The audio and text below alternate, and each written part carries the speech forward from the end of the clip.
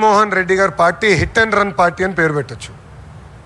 ఎందుకంటే ఆయన సొంత కార్యకర్తని గుద్ది అతని తల కారు టైర్ కింద పడిన తొక్కుంటూ పోయి ఆగను కూడా ఆగల.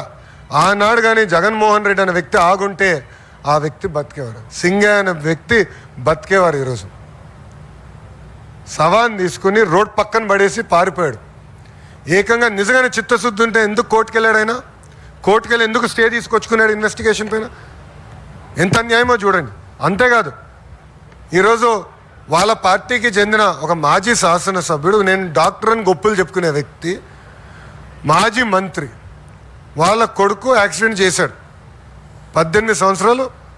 Is a major, is not a minor. 18 సంవత్సరాలు కుర్రోడు యాక్సిడెంట్ చేశాడు.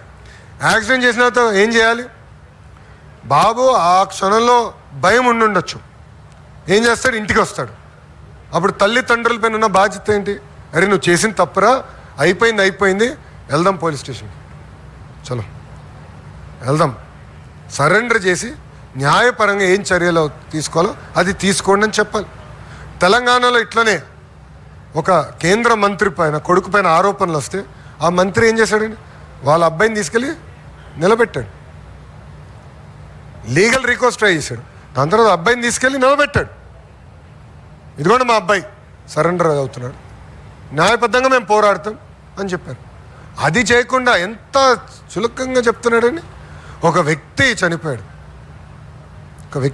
దాంట్లో కుటుంబం ఉంటుంది, తల్లిదండ్రులు ఉంటారు, భార్య ఉంటుంది, పిల్లలు ఉంటారు. ఇంత సింపుల్గా చెప్పేస్తున్నాడు. ఏమవుతుందంటాడు? అంటే ఎక్కడ పోతున్నావు అంటే మీ బాబాయిని చంపేశారు. అట్టనే ఆయనే చంపించాడు. వాళ్ళ బాబాయిని జగన్మోహన్ రెడ్డి చంపించాడు. ఆనాడు నేను చెప్పా, ఈ గడప పైన నేను చెప్పా, కడపలో నేను పాదయాత్ర చేస్తున్నప్పుడు చెప్పా, సొంత బాబాయిని లేపేశాడు, తప్పు కాదంట. సింగయ్యని ఆయనే చంపేశాడు, తప్పు కాదంట. వాళ్ళ పార్టీకి చెందిన వాళ్ళు ఒక వ్యక్తిని గుద్ది చంపేస్తే అది తప్పు కాదంట. మేము చిత్తశుద్ధి ఉంది. పాప మత్స్యకారులు చనిపోతే మా మంత్రి గారు వెళ్ళి వాళ్ళని పరామర్శించి ఒక్కొక్క కుటుంబానికి 10 లక్షల రూపాయలు మేము అందజేశాం. ఇదే జగన్మోహన్ రెడ్డి అధికారులు ఉన్నప్పుడు 250 మంది మత్స్యకారులు చనిపోతే కనీసం ఆ కుటుంబాన్ని వాళ్ళు పరామర్శించలేదు. ₹1 ఇవ్వలా. ఆనాడు 5 లక్షల ఎక్స్గ్రేషియా, ₹1 కూడా ఇవ్వలా. ఇప్పుడు వెళ్ళి పెద్దదో చేస్తున్నట్టు సినిమా. ఎంత అన్యాయం! మా మత్స్యకార సోదరులు కూడా